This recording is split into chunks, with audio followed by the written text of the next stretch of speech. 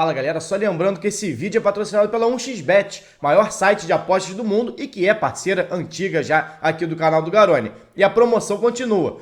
Se você fizer o seu registro no link que tá aqui na descrição desse vídeo e utilizar o cupom GARONE, quando você fizer o seu primeiro depósito, você recebe o valor em dobro. Ou seja, botou R$50, recebe 100, botou 100, recebe 200 para apostar. Então não fica fora dessa não. Aproveita o link aqui na descrição e utiliza o cupom GARONE no seu primeiro depósito para aproveitar essa promoção da 1xBet. E isso o Ramon fez muito, mais uma vez. Né? A gente falou sobre as variações táticas da primeira partida e hoje o Vasco já começou com a variação e dessa vez sim jogando com 3 zagueiros. Do início ao fim do primeiro tempo, o Vasco com o Léo aberto pela esquerda, Medel jogando mais aberto pela direita e o João Vitor mais centralizado. Eu vi essa dúvida em algumas pessoas, se eu não me engano até o Donan, meu parceiro, aliás, grande abraço, Donan, parabéns pela transmissão, irmão. Donan, cracaço de bola, já fez vídeo com a gente aqui. É um dos autores, inclusive, do livro do 1898 em diante. Escreveu junto comigo, com João Almirante, Gustavo Mel, Vitória Oliveira, Bruno Guedes, Fernando Martinho.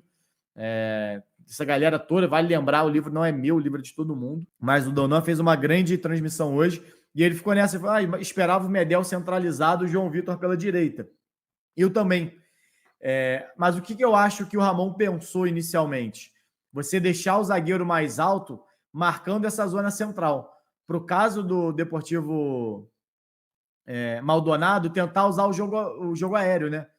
Teve até um jogador, ex-Atlético Paranaense, que fez a estreia dele e saiu lesionado, que é um centroavante de área, esqueci o nome dele agora. Estava fazendo a função ali, que era esse cara que incomoda zagueiro.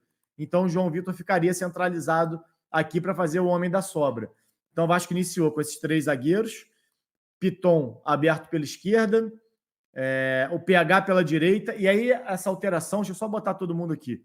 O Verratti mais à frente de centroavante, o Payet era o cara que jogava por dentro, mais próximo do Piton, eu falei sobre isso aqui, inclusive na live passada, como é que era Payet por dentro e Piton mais à frente, com o Léo jogando atrás, depois que tiveram as alterações, ou seja, o Payet fazendo o que seria a função do Praxedes, teoricamente.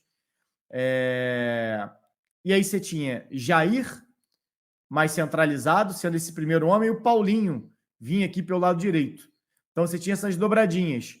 Paulinho, PH pela direita, Payet e Piton pelo lado esquerdo, com o Jair mais centralizado. E aí o David jogando, deixa eu só trocar aqui, porque o David está com a 7, né? E o David jogando aqui mais à frente. A gente pode chamar de um 3-5-2, mas era mais um 3-1-4-2, né? Porque o Jair ele não fazia a mesma função, não ocupava o mesmo setor que essa turma aqui de construção. Paulinho e Payet, principalmente, que são os caras por dentro. Né? Então o Vasco jogou hoje sem pontas.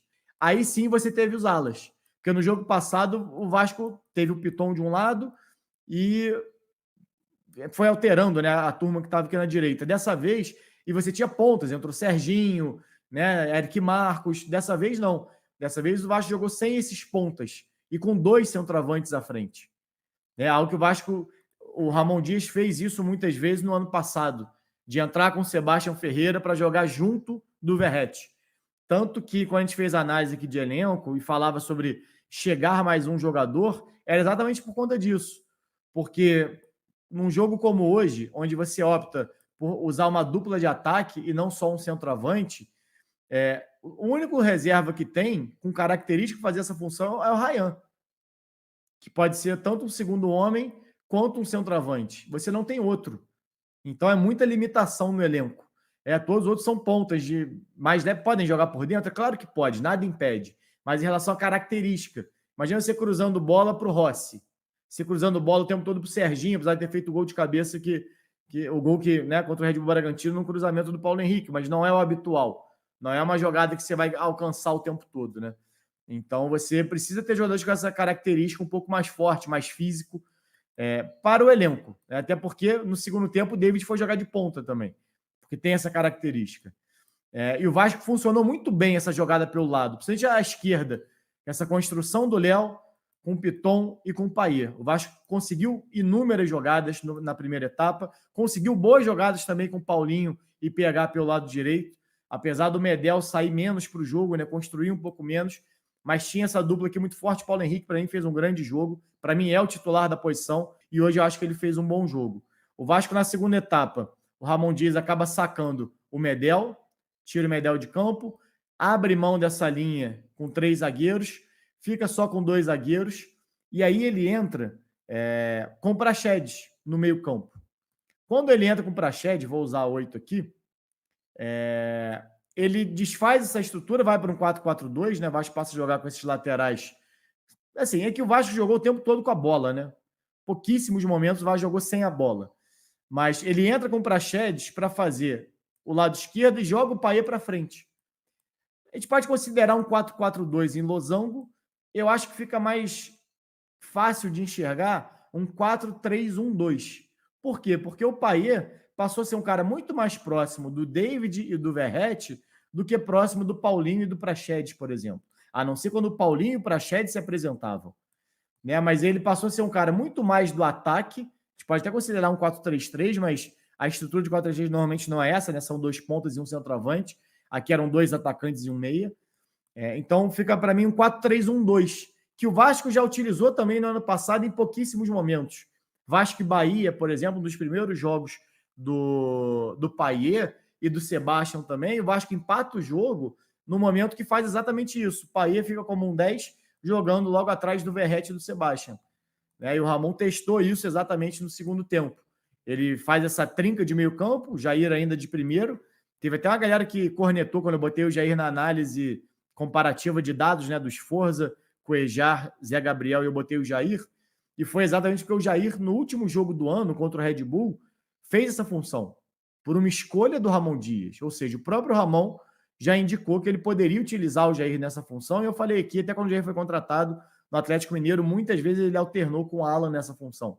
No próprio jogo, durante a partida mesmo. Momentos onde ele baixava, outros momentos onde o Alan baixava. Era muito mais a leitura do adversário, ali uma possibilidade de sair jogando. Então o Jair tem essa capacidade de organizar ali de trás. E eu acho que fez um bom jogo hoje, inclusive. E aí, nesse segundo tempo, o Vasco acabou dando essa liberdade maior para o Payet, de jogar entre as linhas do Maldonado, de flutuar menos pelo lado e jogar mais central. E aí ele começa, já estava bem no jogo anteriormente, passa a ficar ainda melhor. E aí o lado direito do Vasco, que tinha até parecido um pouco menos, passa a aparecer um pouco mais, porque perde o Payet na esquerda.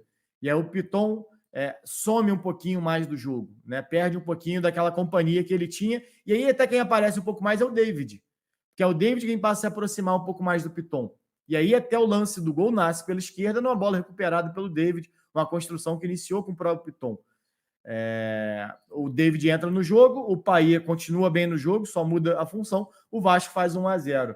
Mas o jogo meio que acaba depois daquilo, né? Logo depois do gol, o Ramon começa a fazer diversas alterações. Entra Serginho, vou até colar aqui, porque foi muita gente. Entra Serginho, Zé Gabriel, Ryan e Rojas.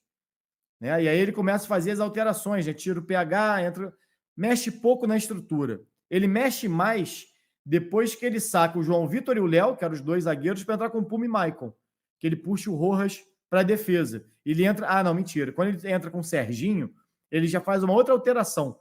Porque até então o Vasco não tinha jogado com pontas, né? O Vasco tinha alas. Né? Teve alas, ou seja, seus laterais apoiando muito. Eles faziam esse corredor pelo lado. No momento que entra Serginho e depois entra o Rossi, o Vasco e o David primeiro, antes do Rossi entrar, o David vai jogar pelo lado esquerdo e o Serginho vem fazer o lado direito e o Payet centralizado. E aí o Ryan entra como centroavante e aí você fica com Jair e Praxedes por aqui. Ou Zé Gabriel e Praxedes, né, que o Zé também entra. Então você passa a ter uma dupla de volante e o Vasco fica no 4-2-3-1.